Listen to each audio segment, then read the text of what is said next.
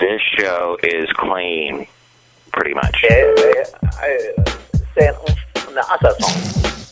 Mike's Daily Podcast. Episode 686. Hello, it's Mike Matthews, broadcasting from the last place on earth, located somewhere in Podcastro Valley, California.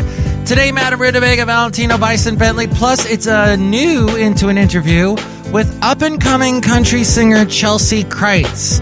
And what? Another social media that's huge lied to their users. Mike's Daily Podcast. And I just realized that I've never played on a basketball team that was called Hoosiers. Mike's Daily Podcast. But on yesterday's show, the brewmaster and I tried to record a Euro trash techno song about Ron Ford, and it didn't turn out quite the way that we had expected, and most of the world decided to reject it because, you know, you have to, as a songwriter, go through rejection. It's part of life. Mike's Daily Podcast. Hey, did you know something?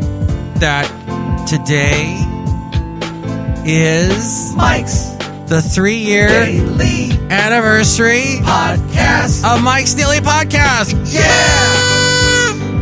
Yes, it has been on the internet now for 3 years.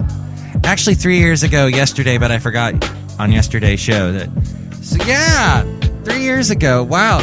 3 years ago, I was just finishing up some classes at a community college, one about computers, one about business.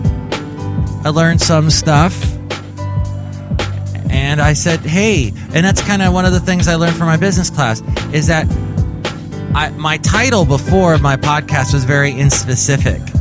And I needed to be more, what did I want to do with a podcast? And I said, I want to do a daily one.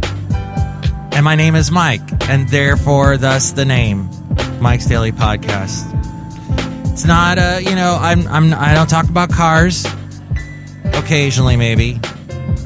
No, I really don't ever. I don't talk about water or cell phones. Or actually, I do talk about that stuff. So never mind. I guess I could have put that all in the title as well. And then another thing, is I was listening to NPR, specifically the show Fresh Air with Terry Gross. And I noticed that there is so Terry Gross has this specific style of talking, and even her substitute hosts who fill in more and more for her now these days, since she's done the show for a gazillion years and she's sick of it.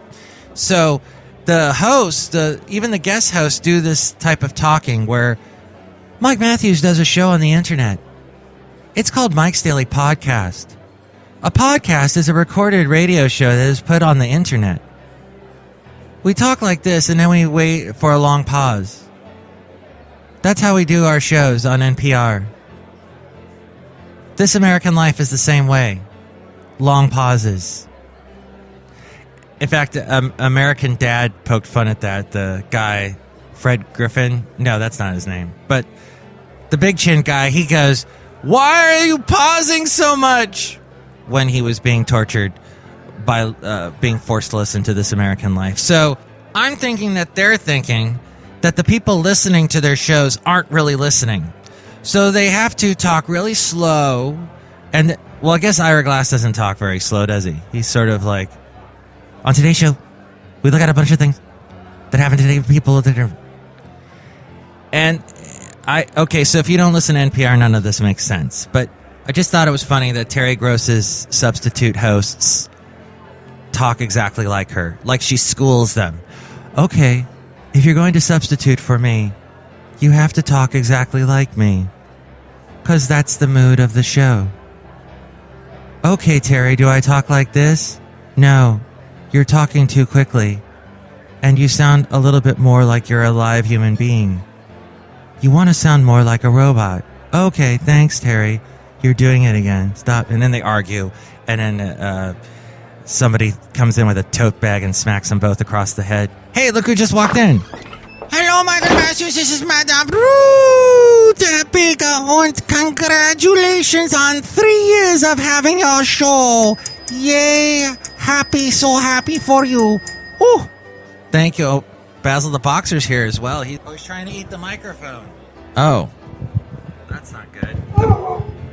Thank you, Basil. Thank you for congratulating me on 3 years. It's amazing to do a podcast for 3 years. A lot of people give up after a couple months. But I said, I'm going to forge ahead. Yeah, okay, I take some time off from time to time. It hasn't been every day for the past 3 years. But dang it, I get on a roll, and sometimes it is several days in a row. Michael Matthew, nobody's questioning your validity. Really? Why not? Look who else just walked in. Hello there, Mike. This is Valentino, the parking attendant. And this is Bison Bentley. Do you know that? Mike, we don't like NPR because the people on there are all really liberal and left-leaning. And the Bison Bentley and I, we are very conservative. And we believe in having tea at a party, if you catch my drift day. Oh, so you don't drink alcohol? Like heck, we drink loads of alcohol day. What do you think's going into the tea with the tea day? Yeah, Long Island. Do you know that? So you guys are more like Fox News people, and you like those type of shows where global warming is explained because of all the volcanoes on the earth. What? Nobody said that. That's ridiculously dumb and stupid day. Nope. That's what they said on Fox. No. Gosh. Well, once in a while you get a stupid idiot on that show, but it's, overall an incredibly good network day. Yeah, very enlightening. And we like looking at the pretty women. Do you know that? Yeah, Fox has a lot of attractive women hosting shows and such, and anchoring. You have to be so attractive these days to be an anchor, don't you? I guess I'm not going to be an anchor. Oh, well. Snapchat is deceiving customers. For more, we go to Mike Matthews. Thank you, anchor person. That doesn't exist. Snapchat has agreed to settle with the Federal Trade Commission over charges that it deceived customers about the disappearing nature of messages. That's the whole Snapchat thing. You send someone something and it's supposed to disappear. Well, apparently they collected users' contacts without telling them or asking permission. This according to abcnews.go.com and their wonderful anchors. Snapchat is a popular mobile messaging app that lets people send photos, videos, and messages that disappear in a few seconds. But the FTC, the Federal Trade Commission, says Snapchat misled users about its data collection methods and failed to tell users that others could save their messages without their knowledge. Snapchat has said that it notifies users when a recipient takes a screenshot of a snap that they've sent. But the FTC said recipients with an Apple device that runs an operating system that predates iOS 7 could evade the app's screenshot detection. In addition, the FTC says Snapchat's app stored video snaps that were not encrypted on the recipient's device. The videos remained accessible to the recipient. A user could access a video message even after it supposedly disappeared if the user simply connected the phone to a computer and accessed the video in the device's file directory. The FTC complaint also alleges that Snapchat failed to secure its Find Friends feature. A security breach in January allowed hackers to collect the usernames and phone numbers of some 4.6 million Snapchat users. The breach occurred after security experts warned the company at least twice about a vulnerability in its system. Snapchat later issued an update to its app that fixed the issue and allowed users to opt out of the Find Friends feature. Oh, how nice. The settlement doesn't have a financial component, but if Snapchat is found to violate the agreement, they could end up paying a civil penalty of up to $16,000 for each violation. They're based in Los Angeles, and they turned down recently, last fall, a $3 billion buyout from Facebook. I guess they were waiting for that $19 billion money that WhatsApp got. The FTC and Snapchat agreed to settle without admitting or denying any wrongdoing. What do you think of Snapchat? Do you use it? That's one more app that I don't need. I've finally gotten into using Instagram. Finally downloaded that. I kind of didn't see what the point was, but so many people are using it. I'm like, all right. But now there's Snapchat, and I don't get it. I'm in my 40s. Who the hell's going to send me a picture that they want to dissolve instantly? And I'm not going to send anyone a picture that's I guess it's more of a teenager thing. And that's where Snapchat's getting a lot of their users. The millennials use it. So, are you a millennial? Do you love Snapchat? Are you someone like my age and think Snapchat's ridiculous? Do you think that the name Snapchat is just wrong? Email me, MIKEs-DAILY-PODCAST@gmail.com. We read your comments on the section Emails from Email. Also, email me there if you'd like to be a guest on the show or if you'd like to sponsor the show, MIKEs-DAILY-PODCAST@gmail.com. We also have the website, MIKEs-DAILY-PODCAST.com. It's a wondrous place to go to because there are links to where to listen to the show in iTunes, and you can subscribe to the show in iTunes. It's where you can also rate and comment on the show. And there's also a link to where to find us on Facebook. Like the Facebook page, and when I post a new show, share it with your friends so more people find out about Mike's Daily Podcast. There's also links to where to listen to us on Twitter, Tumblr, Yelp, Mixcloud, Spreaker, SoundCloud, and YouTube. There's also the Amazon deal of the day. Click on that and buy something, perhaps maybe for your mom, and there'll be a great big discount on it, and, well, I get a little bit of money from it. It helps support the show. In fact, you can probably get something for your mom there before Mom's Day this weekend. So, also the blog and the daily podcast picture at MIKEs-DAILY-PODCAST.com. Into an interview. Hello? Chelsea Kreitz! Yes, how are you? Good, how are you? Good. Oh, we're on Skype, and I'm the ad that just came up because we're just using audio. It is for peanuts. It says harness the power of cocoa peanuts. So I'm going to minimize that because I don't want to look at peanuts for the next couple of minutes as you and I chat. Yeah. If that's all right with you. That's perfectly okay. But Chelsea, it's an honor to talk to you. Oh, thank you so much for having me. It's just wonderful. And, you know, it's because today is actually the 3-year anniversary of Mike's Daily Podcast. Really? Well, congratulations. That's awesome. Thank you. And you're our special guest. Yay. Yay. Thanks for being our special guest. 3 years. What were you doing 3 years ago? What was I doing? Probably being born. No, I'm kidding. Yeah. 3 years ago. I don't know. I was probably sitting right where I am right now, but not talking to you. So that was the downside. But you have a lot going on to keep you not bored because you've got you're singing all over the place. I am. And meeting big celebrities. And why did you want to be a country singer? Well, my family always listened to country music, so I kind of just got adapted to it, and then from there, everything I sang just turned out sounding country, so there was no way I was getting away from it, no matter if I wanted to be a rock singer or a pop singer, so I kind of just stuck with the country, and that's how it all came about.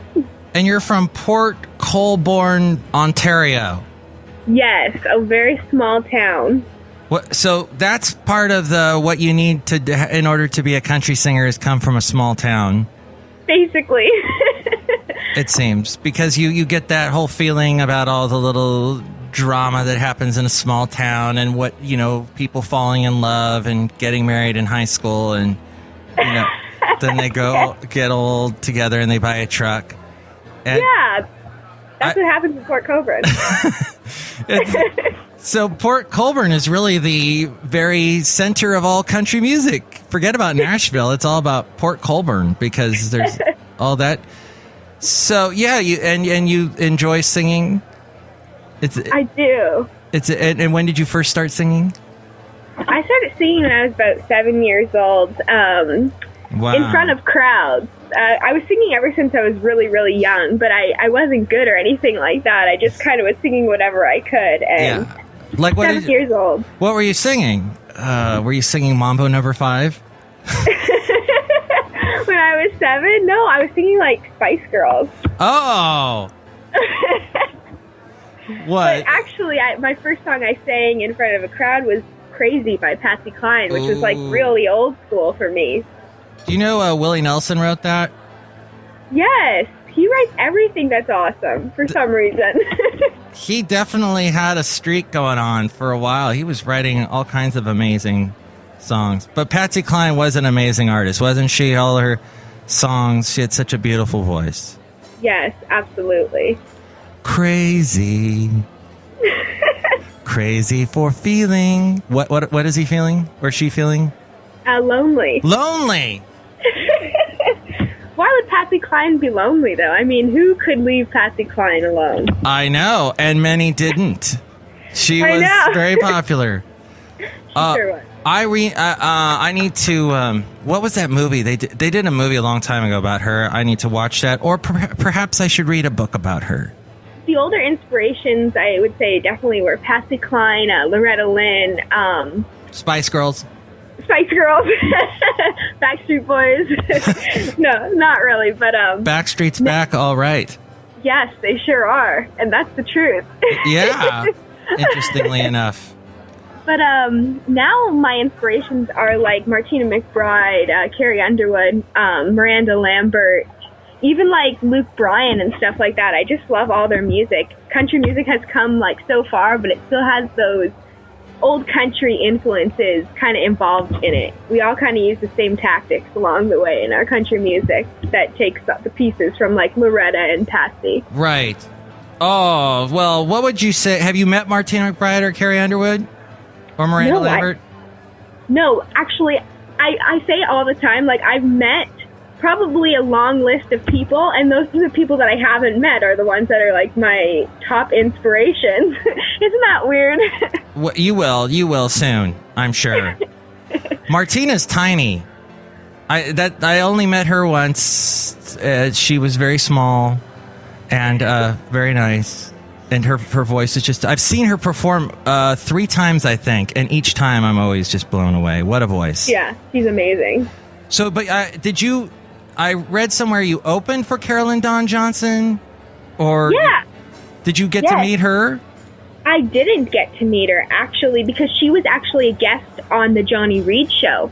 Oh. So, Johnny Reid was there before Carolyn was, but we talk on Twitter a lot. Oh, really? Yeah, and she actually sings backup for, like, Miranda and stuff like that. I'm sure you know that. Oh. Okay. But, yeah, she's awesome. She sings one of my favorite songs. It's just another long week, but I don't want you to go. No, yes. I don't want you to go. Yes, that song. And she's done so much. She's extremely successful, and her songs are great. She's an amazing songwriter. She had that song with Martina McBride. By the time I get to something, and if I'm... Yes. Oh. Georgia. Something Georgia. By the time I get to Georgia. Yeah. Wait, you know what? I have her CD. Here, keep talking. I'll find the CD. Da, da, da, da, da, da, da. Why do I have the Coyote Ugly soundtrack? No, that's... Well, that was a good soundtrack when I was 7. Wasn't that the soundtrack? That had Leanne Rimes on it, didn't it? Leanne Rimes. Yeah, Can't Fight the Moonlight. That's right. Believe it or not, we're doing this interview in the C section of... That doesn't sound right. In the section for C albums that start with the letter C. There she is. Oh, there we go. I have 2 of her albums. Room with a View and Dress Rehearsal. You're right. It was Georgia. Hey, good job. I'm never right. And if I'm not something, something, by the time I get to Georgia. And Complicated, before the Avril Lavigne Complicated. Well, you need to meet her. Or, well, you're tweeting with her, but you'll meet her in person. Oh, yeah, we need to meet. I met her really briefly at the ACMs. She had just gotten started, and I'm like, I love that song, I Don't Want You to Go. And she's like, stop singing the song. No, she didn't say that. Now I wanted to ask you about you played for the first time at Tootsie's. Well, what was that like? Because that's where Terry Clark came from. That she played there quite a bit, I believe. Yeah, she did. Until this day, she still plays around there. It's awesome. It was amazing being able to play on the Tootsie stage. It's something I didn't expect. I took a trip down to Nashville, and I was doing some meetings and stuff with people down there, and meeting up with some friends and songwriters and everything. And I walked into Tootsie's, and their singer was sick, I think. And Jimmy actually asked me to get on stage. His name is Jimmy Schneider, and he plays there every single day at Tootsie's. And he had his band, which is actually Ricky Van Shelton's band as well. Oh, Ricky Van Shelton. Yeah, and they were playing in Tootsie's with Jimmy, and Jimmy asked me if I would perform there for the 3 days that I had left of my trip. And it was awesome because the musicians there just, it doesn't matter what you know or what it is. If you call out a song, it's like they're a jukebox. They just know it. They're like, okay, key of this, and they play it. So it was awesome. I love that. And they just do it. They're just amazing. Now, that has the stage right by the entrance, doesn't it? Or is it in the back? I forget. There's a stage right in the entrance. It's a very small space, but now they've actually built 2 more levels. So there's like a stage upstairs, and then there's another upstairs with a brand new stage. Oh, okay. Gosh, if the person listening to this podcast ever goes to Nashville, you must go to Tootsie's. Go in there, get a Bud Light or whatever. They sell a lot of that, and see a show. You'll be seeing Chelsea Kreitz on stage. That would be cool. Tell me about your hair. My hair? What would you like to know? Well, it's so long and blonde and flowing and beautiful. And has it always been that long? And how long did it take to get that long? And is it difficult to manage? Sometimes I get really frustrated with my hair, but I have had long hair ever since I was a really little girl. My mom always loved my hair long, and I went through this phase where everybody in my class was like chopping off their hair, or they were getting like highlights and everything like that. And my mom's like, no, you can't. And so it was a big deal when the day came and my mom let me get like side bangs, because that was a thing that was in. So my grandma actually cut me side bangs, and like it was the most horrible thing in the world because I like parted them in the middle, and I had like 2 short pieces, and then the rest was like long hair. I looked like I got in a fight with a chainsaw. Oh, it was horrible. But like I was happy about it because that was the in thing, and my mom let me cut my long hair. So in grade 8, I started coloring my hair, but it's always been long. But I do get frustrated with it sometimes because it just gets in the way. But I like the way it looks. Like, so to get it out of the way, ponytail or basically cowboy hat? I do like cowboy hat. Yeah, sometimes I'll do like a big ponytail or like a huge bun just on top of my head when nobody sees me, because just to get it off my neck. Performing at festivals and stuff in the summertime is like the worst for me because it's super hot outside, and then I have like this huge head of hair. And like, what's the best weather for it? Like, when does it behave the best? Is it in the hot or colder? Probably the colder, because the hot, it's just like you're sweating, and then your hair is going flat, and it's getting frizzy, and all this stuff. Not that that really matters to me, because I just let my hair kind of do its own thing. But I do prefer the cold, but my body doesn't like the cold. My hair does. No, I'm the opposite. I think I like cooler weather, but then I'm in California, so I don't really know cold, do I? Well, you would have loved Canada this winter. We still, actually 2 weeks ago, I think we had snow. It just finally went away. Dang. Yes. And do you like snow, or you get a little tired of it? I absolutely love snow around like the holidays. You know, when it's nice and fresh in November, the ground starts to like coat itself with snow, and you're like, oh, I could get used to this whole winter thing. And then January rolls around and Christmas goes away, the tree's gone, and then I'm like, wow, I really hate this darn snow. Yeah, and you gotta shovel it and get it out of the way, or you can't drive. It's yeah. Well, I'm only 5'3", and this winter, like, it was like up to like over my knees. Dang. Yeah. Oh. So, and I'm like, I don't know, medium height. I'm not super tall, but I'm not extremely short either. Yeah. Oh, so it's bad. Now, did you ever hair model? No, I never did. I never thought of it. By the time I started taking like photos that were out in the public and like in magazines and stuff, it was for like my music career. So yeah, people just assumed that my hair was there because I was a singer. So I never really thought about it, but I think that would be cool. Was it kind of strange to start seeing yourself being in papers and magazines and things? It was, because my friends always were like, at the time when I was just beginning high school and like in elementary, and I'd be like in the paper for like the choir, I'd be in the paper for some type of Christmas show or something I was doing. People thought it was weird. They're like, oh, you're in the newspaper? Like, why would that be in the newspaper? And I'm thinking to myself, I'm like, well, I don't know. They took a picture and put it in the newspaper. Like, it's not my fault.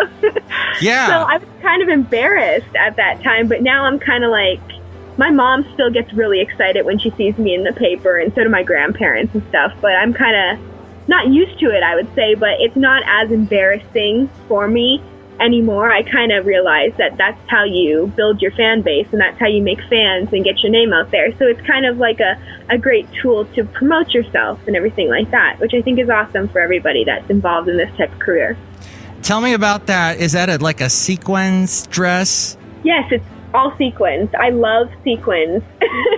My record label, even when I'm like performing on stage or like I'll do a new logo or something, they're like, no, it needs more glitter, because I'm just a glittery person. I think everything looks better with glitter for some reason. I probably would look better with glitter. Yeah. Little glitter, just spray. It covers all the imperfections, the glitter. Showering it down all over me. That'd be great. Make it rain. Well, that's the picture that's our podcast picture, is of you in the sequins. Awesome. What was that photo shoot like? It was fun, actually. It was a pretty big setup. Usually all the photo shoots I've done have been either outside or just done at a little studio. And that photo shoot, I actually like walked into my photographer's house, but it was amazing how he had it set up. It was big lights and tons of selective backgrounds and colors and all these different choices and everything. So, and he's really good at green screen and stuff like that as well. So he was like the real deal type of photographer. His name is Brian, and he's really talented. He didn't have you dressed in like a hunter's outfit with a rifle and out and in the forest would be behind you, and you were hunting moose? You didn't do a picture like that? No, he didn't, but I love camo. And you do? Okay. Actually, I do. I know it's surprising, but like on my days off, I wear like camo jacket or a camo baseball cap. I'm like true country when I'm not on stage. Then nobody can find you when you're in your camo. You exactly. Blend into the scenery. That's smart. And so where are you right now? Are you in Ontario now?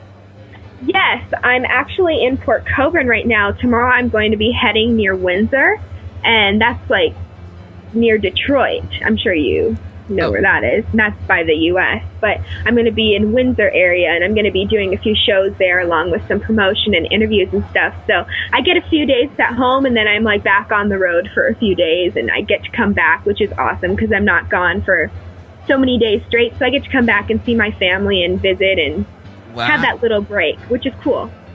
Yeah, I think I'm a Facebook friend of yours, and you're always playing at all these cool places, and I can't go to any of them because they're really far away. So from me. So I want to like play near you. We're planning on it. We want to do like a big tour of the state. Okay. I think that would be fun. It takes a lot of preparation and organization, though. Yeah.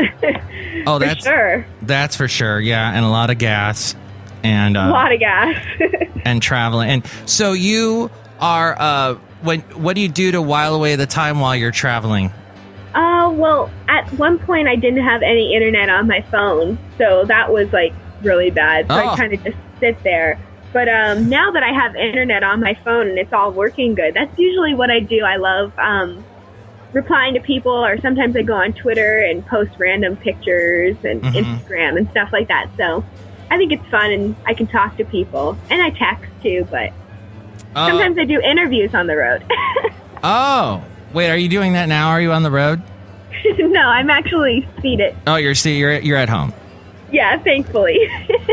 Because I hear a hum like a bus, so I don't know if that was maybe you have a bus, maybe your home is a bus. I don't know. Yeah, it is. No, I'm kidding. And you're driving the bus now, and you have to keep it above 65 miles per hour, or it blows up, and that kind of. Basically. Oh well, go ahead. You'll hear me crash. Oh no, we don't want. Well, now speaking of driving, you have a song called "4 Wheel Drive." I sure do. Tell me about it and how you came to record it. It was a long process. I actually been writing that song since I was about 16 years old. Wait a minute, you wrote it? I wrote it. Oh my gosh, I didn't read that anywhere that you wrote that. Wow, you wrote it. I wrote it. I hadn't been writing it since I was 16 years old. It hadn't been like that long of span, but it had been a song that I really wanted to bring to life for a long time, and I'd always go back to it and kind of fix up stuff. But wow. last summer, I kind of brought it back to life and really sat down and focused and made it fit to who I am now at my age. And because who I am now is definitely not who I was at 15, 16 years old. So I had to make it relatable for not only young people, but also older crowds, teenagers, stuff like that, so everybody could relate and kind of get that reminiscent thing about the song, and also make it extremely catchy as well. So that's when we really brought it back to life, was last year, and it ended up being one of my favorite songs. Oh, cool. So it's got a history. It's been with you a while. It has. And where can people find this song? Right now, it's all over country radio. So, in Canada, that is. There's some of the U.S. stations are playing it, but majority is Canada at this point right now until we do like an American release for it. Okay. So it can be requested on radio, and then you'll be able to purchase it on iTunes once my EP is released this summer, which will have 6 full-length songs on it that you can purchase as one, and 4 Wheel Drive will be one of those songs. Ah, okay, and that'll be on iTunes, your EP. Yes. Keep writing songs. That's great. Thank you so much. I will. It's something I just picked up. Not just picked up. I've been doing it for a while, but something I'm really getting into now. I realized that not only can you make a career out of singing, but you can also make a great career out of writing music too. So I've written a lot of songs that aren't for me, that are like R&B or pop and stuff like that as well, that I eventually would like other artists to sing, and kind of when they're fully done, pitch them to other artists that I think would sound fantastic. Oh, excellent. Yeah, and when you went to Nashville, did you meet a bunch of songwriters? I did. I'm actually going back in June, and I'm excited because I'm going to be writing with a few people down there. Actually, Thompson Square's guitar player I'm going to be writing with, and a guy named Davis. He plays for Sarah Beth down in Nashville, and she's pretty popular there as well. And then I write with my producer and a few other people too. Let's play your song, 4 Wheel Drive, which my car does not have. And sadly, it's just a 2-wheel. So I would get stuck in your snow for sure up there in Ontario. But then I would have a big shovel with me and I would get out. Thank you for being on the 3-year anniversary show of Mike's Daily Podcast. And here's 4 Wheel Drive. It's Chelsea Kreitz. When we finally met down at the old school park, we pulled up in your old rusty pickup truck. It was 10:30 when you came around. I had my 10-speed bike and my bags on the ground. That night we snuck out late, running you were dashboard drumming with the radio blasting our worries away. A little air guitar under the northern stars. It was amazing that so little made us laugh so hard. It was good, it was fun, and I'm nearly in love. The beat of your chest flew my head laid to rest. You put my heart in 4-wheel drive with the radio on, saying I love to a favorite song. And down in summer cottage where we used to stay. Whoa, and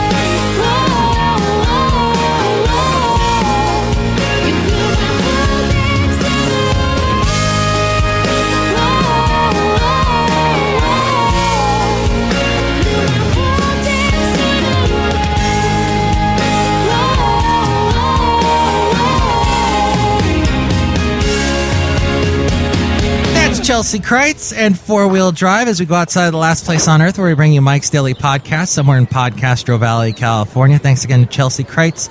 They're at chelseakreitz.com. And here's today's podcast picture. And you can see a lovely picture of the lovely Chelsea Kreitz there at MIKEs-DAILY-PODCAST.com.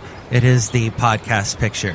Oh, Michael Matthew, look at her hair. It's so beautiful. Oh, I'm sure you have beautiful hair, too. You just always have it up, Madame Rootabega.